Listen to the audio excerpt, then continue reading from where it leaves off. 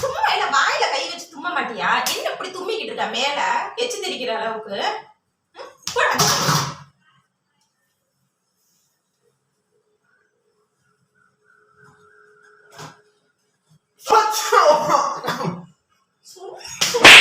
மேல மேல வந்து தும்மிக்கிட்டே இருக்க. அது இல்லடி இங்க